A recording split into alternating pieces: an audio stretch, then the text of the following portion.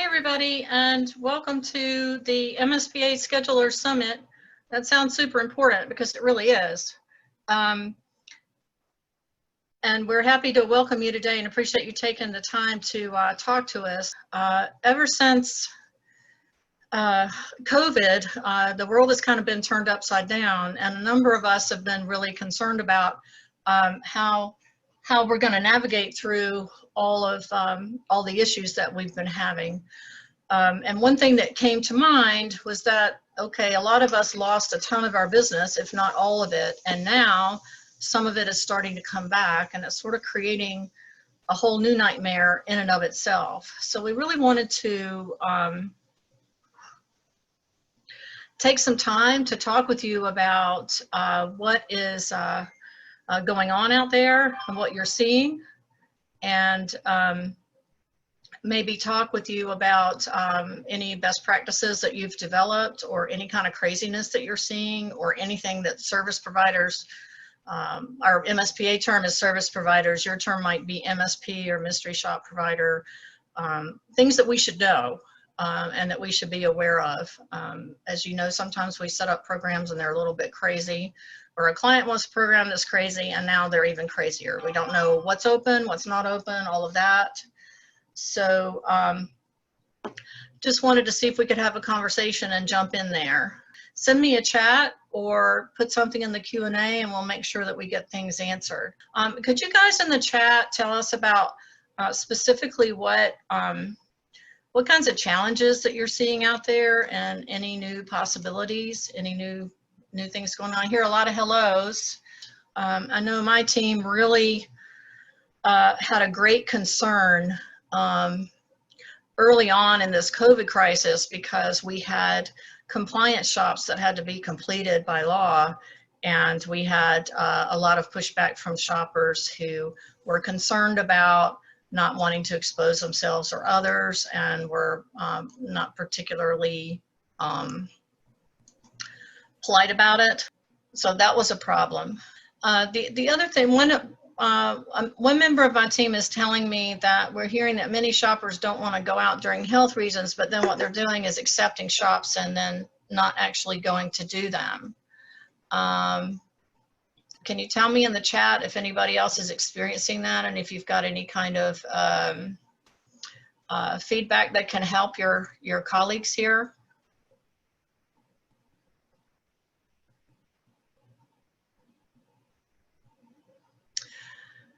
So yeah, this may be answering some of this. Julie mentions that you have a lot of new shoppers who are new to the industry and very inexperienced. That can certainly lead to the flake rate.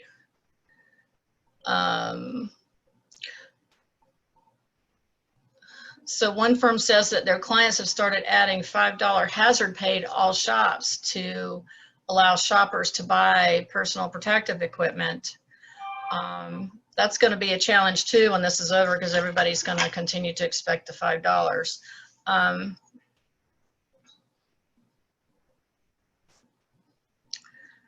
Get an email confirmation that the evaluator is interested in completing the opportunity before accepting their application.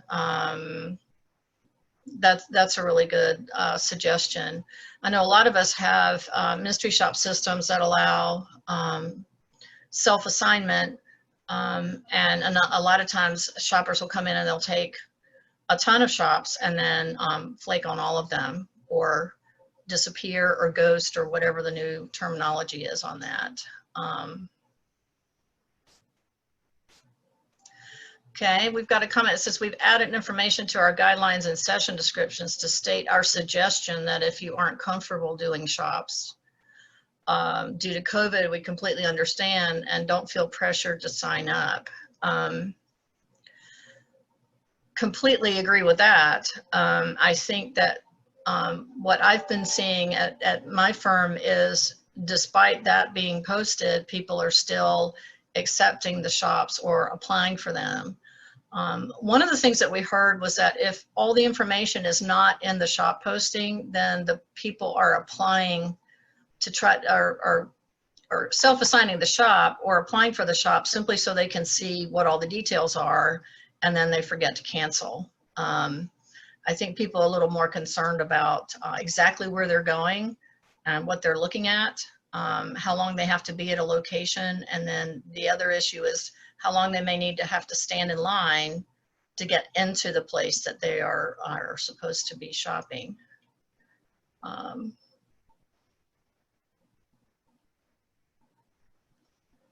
Okay, lots of new shoppers. So can you tell me in the chat, just say yes or no really quickly, or just actually just click raise hand if you're seeing a lot of new inexperienced shoppers.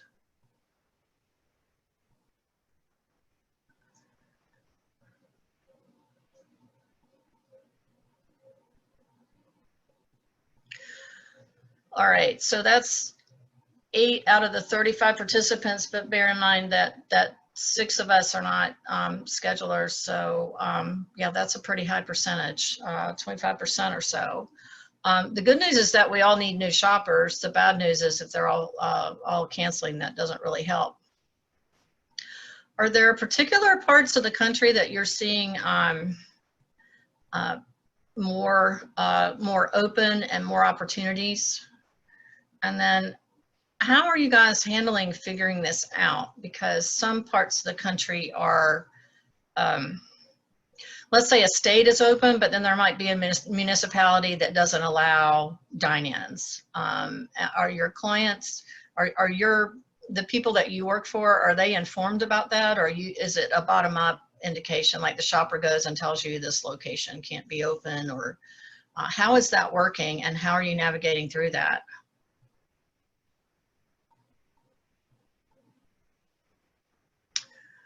Okay, so we're getting some rely on clients, and then some it varies by client.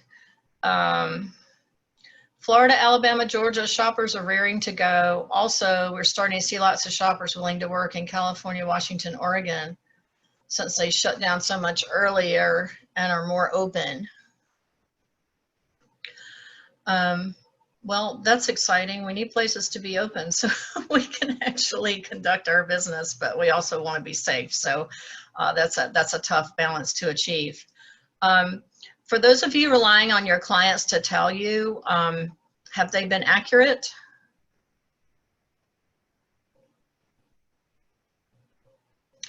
Yeah, Isabel is saying that they're really relying on the shoppers to tell them, because the information is rapidly changing and the reality on the ground, you know, is very different.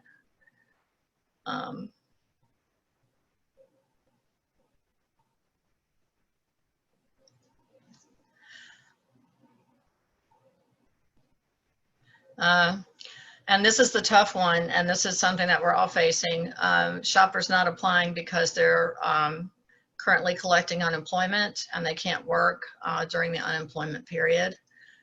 So for those who got unemployment early, and I don't recall the exact date, but I think it was mid-April to end of April in most places, and it runs through July.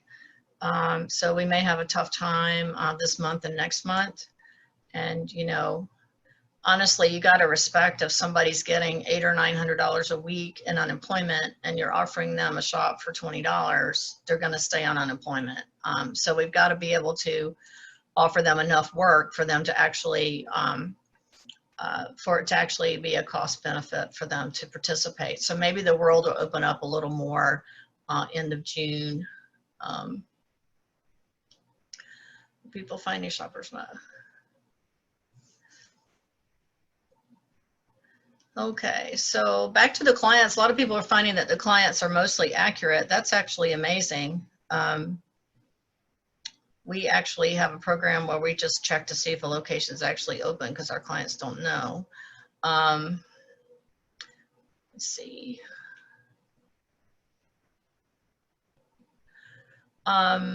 Isabel's got a good question. Does the United States have a minimum amount of income that can still be made while collecting unemployment?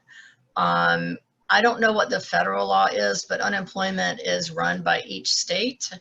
And then the federal bill that passed in the CARES Act adds $600 per week to whatever the state amount was. In North Carolina, I'm in North Carolina, and our unemployment benefit is, I think, maximum $325 a week.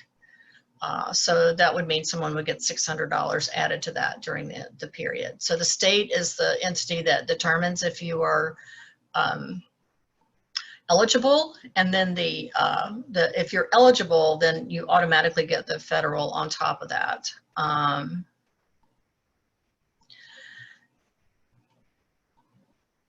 Great comment here. Clients are themselves confused and they're concerned about the legal issues. Liability is a huge issue. It's something that you should be aware of for your business.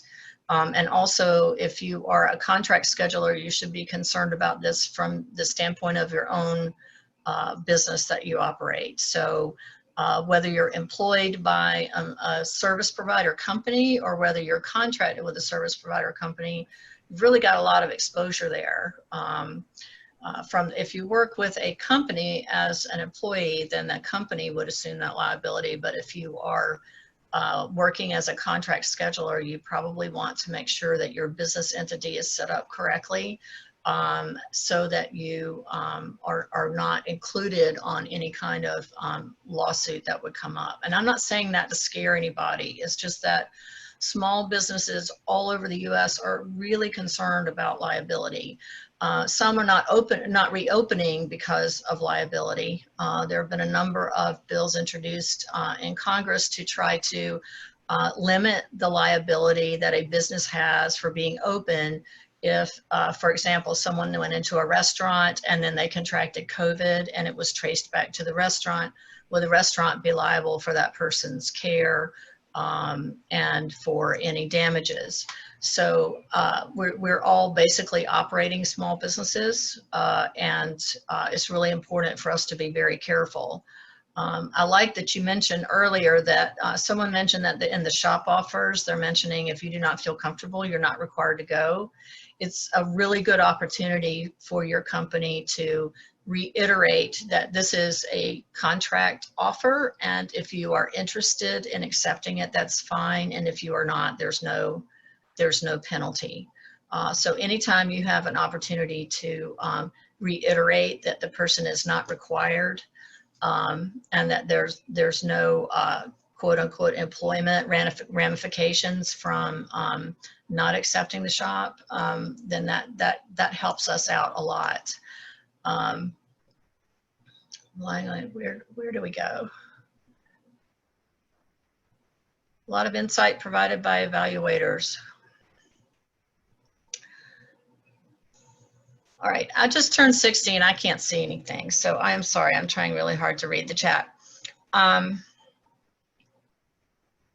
clients are confused. Yes, the clients are confused.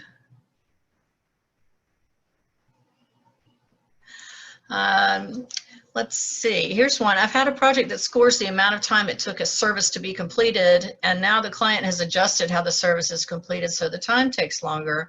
Unfortunately, this wasn't anticipated before the project relaunched, so we've had to manually update reports already completed and adjust the form going forward. Oh my goodness. Oh my goodness, that sounds terrible. So sorry that happened. Speaking of adjusting the times, we found from a number of service providers they're real frustrated because the shoppers, even in the places that have reopened, have to stand in line so long, or they have to go during a specific time that the location is open. And a lot of times we're asked to shop during the busiest time because that should be when the store or the restaurant is really on their A game, and that can make the wait time a lot longer going into a location. And of course that translates into shopper time and additional shopper pay that they would need. Let's see. Yes,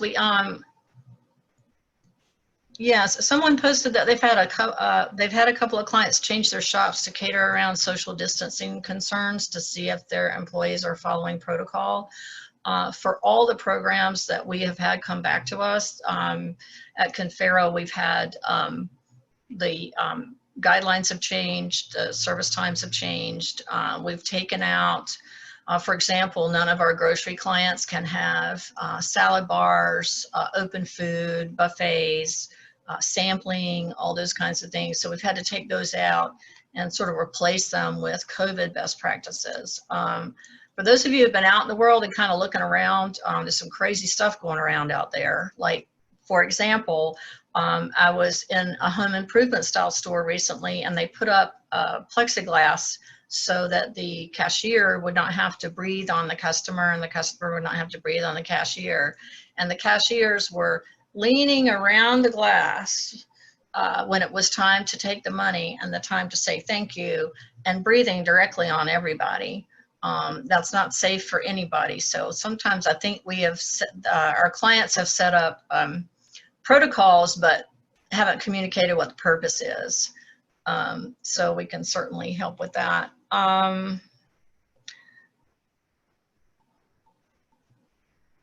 Yes, with clients pushing that the reason to conduct the mystery shops is to make sure about the protocols. Yes, and that's our a key part of our industry's value right now. So anytime we have the opportunity to mention that, we should.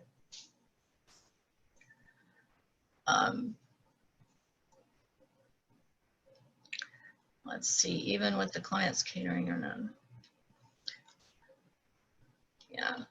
So can you, let's do a raised hand if you would. Can you tell me how many of you feel that you have about, let's say, at least 25% of your business back?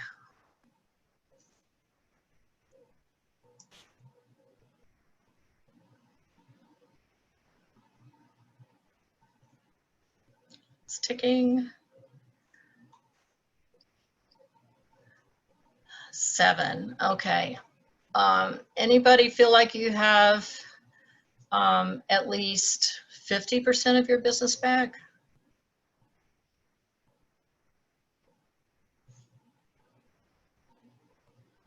Okay, that's a little bit more. How about at least 75% of your business back? All right, so it looks like we're all about 75% down. If I looked at that correctly? Here's a question. Are any of your clients asking how are you protecting their employees from shoppers who may have symptoms or have been exposed? That's a really great question. I don't know that, I mean, there's no way to check a shopper before they go into a location. A self-assessment is probably a good way to do that, or having it in the guidelines, but I'm not aware of companies doing that, other than if companies that have a merchandising arm or an audit arm would probably be better prepared to do something like that. I'm sorry, my dog is barking at me. I know, we all have those. My dog wants in, out, in, out, in, out. There you go. He's old and can't walk either, so there you go. All right. Sorry about that. Tell us in the chat if you have any ideas for how to communicate with clients that that your shoppers are not sick and are okay to go in. Okay, one scheduler says my shoppers are letting me know if they don't feel well and will cancel the shop. Another company added a certification that asks them about symptoms. That's really clever. Okay. For Nicole, you said you added a certification about symptoms. Did you get any pushback on that from shoppers?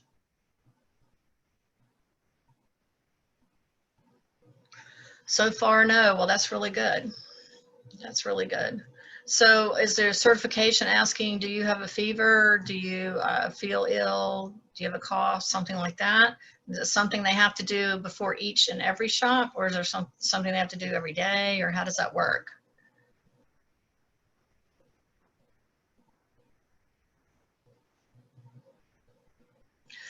And then also another question I have, and maybe you can help me out in the chat, is, oh, okay, so Nicola's telling me it's just before they apply for the shop. Okay. Another question is, all these folks that are canceling shops or not showing up, flaking, ghosting, whatever you call it, we have to give everyone a free license to say that they feel sick and cancel. So that's probably playing into this. Any ideas for how to manage that in a world where it's easy for anybody on any given day to say they're sick and they don't want to do what they said they were going to do? And of course, we don't want anybody going out when they're sick. But at the same time, it kind of opens up free reign for anyone to flake or go away or whatever we're calling it. Anybody have anything in the chat to tell me?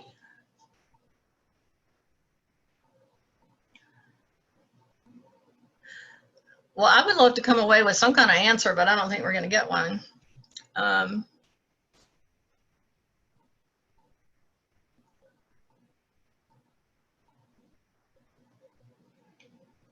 Yeah, Julie says shoppers are independent contractors. They've always been able to cancel. What is new?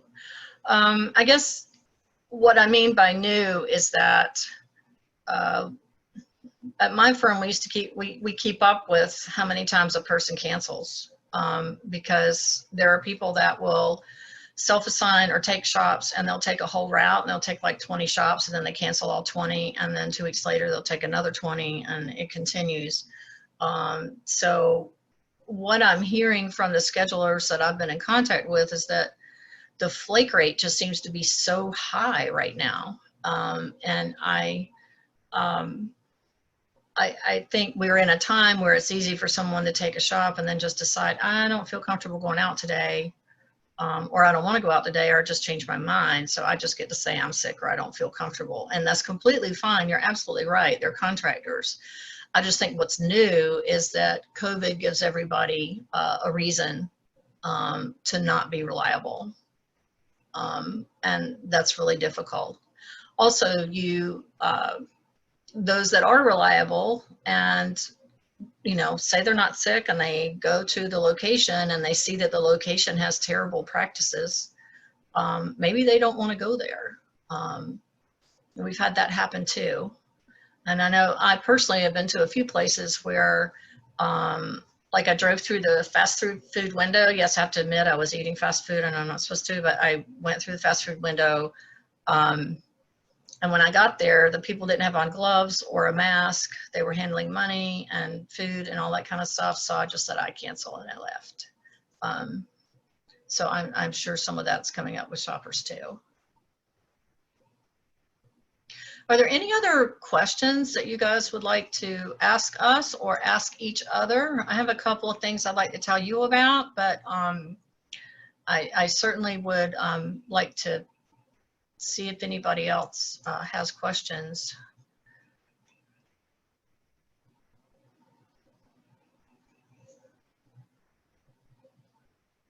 No other questions. People are typing.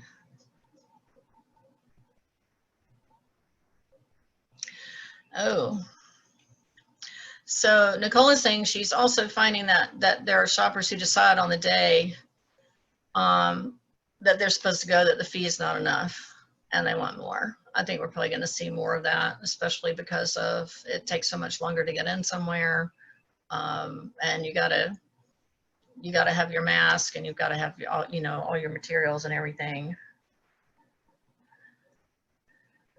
Linda says she's got shoppers all over the country who are eager to work and completing their assignments relatively timely. That is awesome. Linda, you're doing something right. Please tell us what that is. Maybe it's the type of projects that you have or the location in the country, but I'm certainly happy to hear happy news about that. We will talk, somebody asked about best platforms to find shoppers. I'm going to talk about that specifically in a few minutes.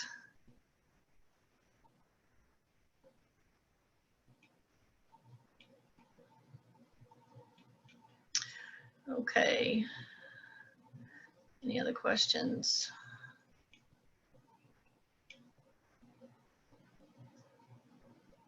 Okay.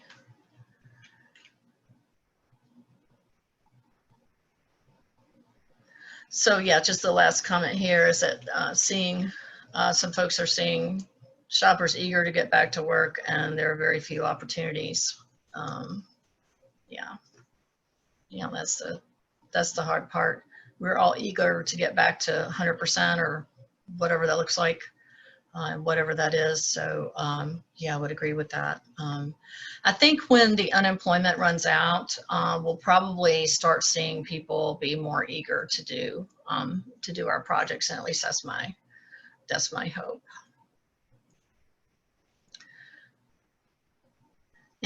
Anybody finding that most shoppers only reply via text now instead of email? That's a really good question. Please put in the chat an answer to that. Yeah, more of the seasoned contractors want large routes. That sounds like that would be a norm. Yeah, texting is definitely more effective. Yes, shoppers love texts. Yeah, mix of texts and emails.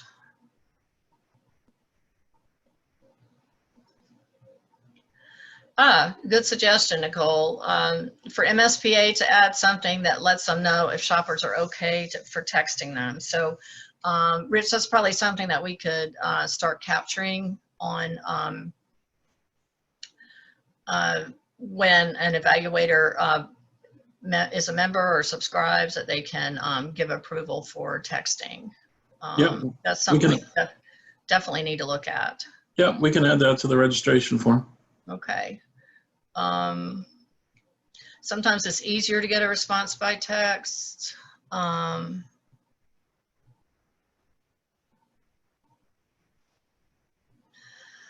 Oh, Candace, good point. She says, I actually find that before raising pay on a shop, I can almost always get it scheduled at a lower rate just by taking the time to individually text people. Yeah, and I know we all know this, but the way we suffer is when we can't get projects booked. So we have to give big bonuses, and then now everybody starts expecting bonuses, and it's like a vicious cycle you can't ever get out of. Okay, elderly dog can't make up his mind. Sorry about that.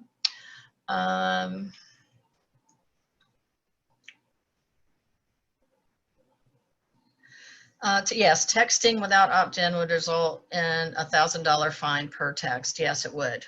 And what we need to suss out is if evaluators are if they're on the evaluator database and they've agreed to receive texts, are they agreeing to receive the texts from MSPA, or are they agreeing to receive them from MSPA member companies, or like how does that work with privacy? So yes, that's something that we need to work on. One of the things that I wanted to mention to you today, and this may be, we've been communicating this with our service provider members. We have an attorney for MSPA who kind of gives us a heads up whenever there are new contractor laws, privacy laws, small business laws, things that will really impact how we operate. And last year, a law went into effect in California. Is called the California Consumer Privacy Act. And some of you may be very familiar with it, and others of you may say, what the heck is that? So let me just take a minute to explain. A lot of times there are laws, and a lot of the laws that we have kind of start a lot in California, and then they sort of migrate to other states. So California was the first to have a really heavy-duty privacy law, which means that we have to disclose to anyone who applies to any consumer who applies or creates a profile on our system. We have to disclose to them what information we are gathering, and if it's anything that is personal, it has to have a stated business purpose. So for example, on my company's website, we've taken the California law, which lists every piece of information that you could gather about someone, and it tells the user how that information might be used or how it might not be used. Some information is considered personal and private. Some information is considered sensitive. And then there are various levels of sensitivity, and the exact terminology is not coming back to me now, but basically a person's name, address, telephone number, mobile number, email address, that's personal information. Now, it is public knowledge that there's a house at the address where I live, and you could probably also look up and see that my name is on the tax record. So that is in the public domain, and that is okay. So it's okay for me to know that Elaine Buxton lives at this address.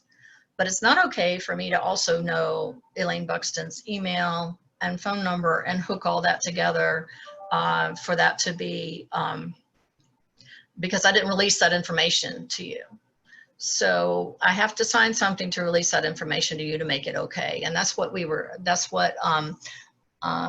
Michael was talking about, opting in on texts. So that's one piece of it. And that's one tiny piece of this gigantic law.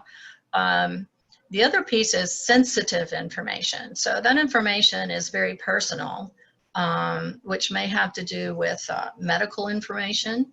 May have to do with social security numbers, has to do with marital status, sexual preference, all kinds of things. So again, companies are required to make sure that they disclose to anyone who, where any place where this information is being housed, they have to make sure that they have disclosed how the information is going to be used.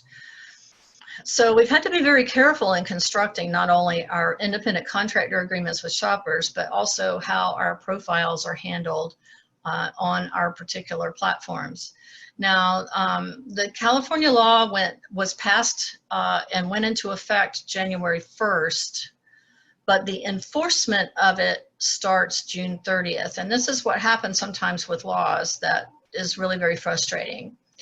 A law will be passed, and then it gets given to the government entity that is supposed to make the rules around how the law will be enforced. So that's the executive branch. So California passed the law in their legislature, and then now it's up to their attorney general to determine what the rules are that will enforce this law. And they have been dragging their feet and dragging their feet and dragging their feet on these rules. And the rules, as I understand it, are still not 100% available, but the enforcement begins at the end of this month. So it kind of gives me a knot in the pit of my stomach about all this information that we all have and how we share it freely sometimes. And so I just wanted to remind all of you that that is a huge liability that we all have. As Michael mentioned, texting without an opt-in can result in a $1,000 fine per text. And yes, that's right. And also any other piece of information. And the fine is not just per person, it's per piece of information. So you could really rack up some serious liability to the California government if you operate there. So this has to do with where the consumer lives, not with where your company's based. So if you operate in California at all, this law is really, really important to you. MSPA has some great resources about this law. If you are not an MSPA member, I would be happy to talk with you about what this law means and how to make sure that you stay safe, because we really want to make sure that I mean, we're all in this same boat, whether you're an MSPA member or not. So if somebody pokes a hole in the boat, you know, the whole boat goes down. So we really need to be careful. So one thing we've had to do at my business, which is really frustrating, is in the middle of all trying to get this information out, get shoppers booked, craziness, things closed, all of that, we've had to lock down certain things that our scheduling team can see or not see. And so traditionally, our scheduling team could see all the information about a shopper and kind of make a determination, especially about a new shopper, as to whether their experience warranted giving them a chance. Now we've got a lot of things locked down because we want to make sure that each piece of information is on a need-to-know basis. So I invite you to take a look at how either your mystery shopping company, or how your scheduling service, or how you are as a sole proprietor operating on sharing information. It's really, really important that we make sure that this information is protected, because as you all know, we live in a very litigious society and something's going to come up. And I want to make sure that we're all kind of in front of this. So I know at my company, we were really used to, if somebody, needed assistance with shoppers, if we say we had a contract scheduler and we had an employee scheduler and they were working together on a project, our contract scheduler might ask, hey, can you send me a list of these names? And we would just send the list. Now we need to make sure what's on the list is permissible. It is under contract with our contract scheduler, that the information is encrypted and can't be violated in some way, and that we have a way for the information to not be housed somewhere else. And it just makes everything 25 times more difficult.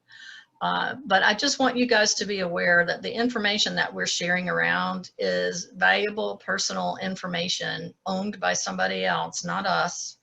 And I mean, my company's database is a compilation of private information of private individuals, and we have to do something to respect that. I've been in business 34 years, and it wasn't always the case. We would share things very freely under the assumption that everybody wanted to get shops and everybody needed to be contacted, and we really can't do that anymore under this law. My firm, 20% of our business is in California, so we can't afford one issue in California. Most companies can't, and I think the majority of us probably have something going on in California, so that would be very, very important for us to be aware of. Part of the reason that I put together this conversation today is because MSPA has been active, and I mean, our first charter was to get mystery shopping providers together, and then we've also worked with evaluators to provide some training, since we're engaging independent contractors as shoppers. It's kind of a fine line of, can we train them or not? So MSPA has kind of taken on, can we give some entry-level training to folks on different industries? We've never really engaged the schedulers and editors that are the backbone of the industry, and it really occurred to me when we had this huge, we had this privacy issue come up, we've had COVID come up, we've had independent contractor laws change, and we've kind of relied on the service provider companies to pass the information along. And I don't think that that really respects the magnitude of the value that schedulers offer to the industry. And also, not all schedulers work directly for an MSP. Some schedulers are contract, as we know. So it may be that the service provider is not sharing information with contract schedulers, because technically contract schedulers are supposed to know everything about running their business, because if you are contracting with someone, you can't really educate them on how to do their business. So we just wanted to make an effort to get you guys together and maybe create some opportunities for us to have some conversations and just kind of be aware and learn from each other. And, this call should have been set up not as a webinar, but as a conversational Zoom, and we will certainly do that again and do that as a Zoom.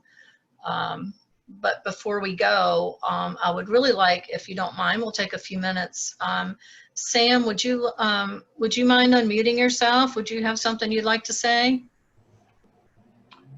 Sure. First of all, I'd just like to thank everybody for your participation today and for the great conversation and questions.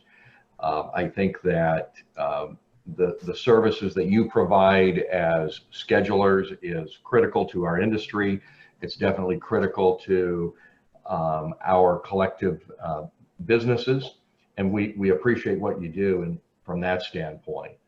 Also, Elaine, I'd like to thank you and Rich for putting this on today. I think it's a great forum for starting this conversation, and I'm looking forward to seeing additional conversations around topics that are applicable to our scheduling community. So thank you for doing that. Appreciate what you do, and certainly appreciate everything from our scheduling community as well. In the meantime, I would encourage everyone to stay safe, be smart, and I'm seeing a lot of positive signs in the marketplace in terms of clients and businesses in general beginning to re-engage. I think there will be a pent-up demand, if you will, that's going to hit us during the summer. So fasten your seatbelts. I think it's going to be a great ride. And again, thanks for your participation today. Thanks for your support of the MSPA Americas. And I look forward to speaking to everyone again in the near future. Thank you, Sam. Vicki, would you mind unmuting and saying something? I know you, we see your pretty picture there, at least I do. Oh, hi, Helene. I can't see anybody's picture, so thank you. I agree. I just want to say thanks for hosting a great meeting. The only notes I had, if we did go back to this format, there's chat and Q&A. So I think both of them were coming at you. So I had chat on so I could see what most people were saying. A lot of good questions and answers. So thank you so much for doing this. Sure. Thanks for being on. Just before we go, are there any suggestions? Could you post them in chat about future meetings, what you'd like to see, how we could potentially talk to each other and engage? I think it's really hard sometimes as a scheduler, kind of feel like you're out there by yourself swimming upstream, and I think we could really use some, take advantage of being colleagues and help each other. Let's see, one example is Facebook page. Oh, there was a question. What about best methods and platforms to find shoppers? That would be a really good topic for a conversation. Also talking about increasing evaluator pools. So maybe we could put something together around those, smush those two together, best methods and platforms for finding shoppers and increasing evaluator pools. I'm not a scheduler and I don't have the answer. My goal was to create a forum where you guys can help each other. So we'll see about, you know, maybe a Facebook group, another Zoom call, but not as a webinar, more as a just collegial talk to each other. Kind of thing. So any other, please put in the chat any other items that you think are of interest, or feel free to email us at MSPA and we'll take that into account. Rich, what is the email address for MSPA right now? The main email. It's now MSPA-Americas.org. So www.MSPA-Americas.org. Any ideas you have, you are welcome to share them. You can also email them to me. I'm the communications chair on the board at the MSPA this year, and I'm just trying to create opportunities for people to communicate within the industry. So you can reach me at ebuxton, that's EBUXTON, that's my company name, Confero, CONFEROINC.com. And I will look forward to hearing from any of you, thoughts, ideas, details. And I'm so sorry you had to look at me and listen to me the whole time. That wasn't my goal for this. So we will set up another time where we can have a Zoom and talk to each other and learn. But I really appreciate you hanging in there with me and being a part of things today.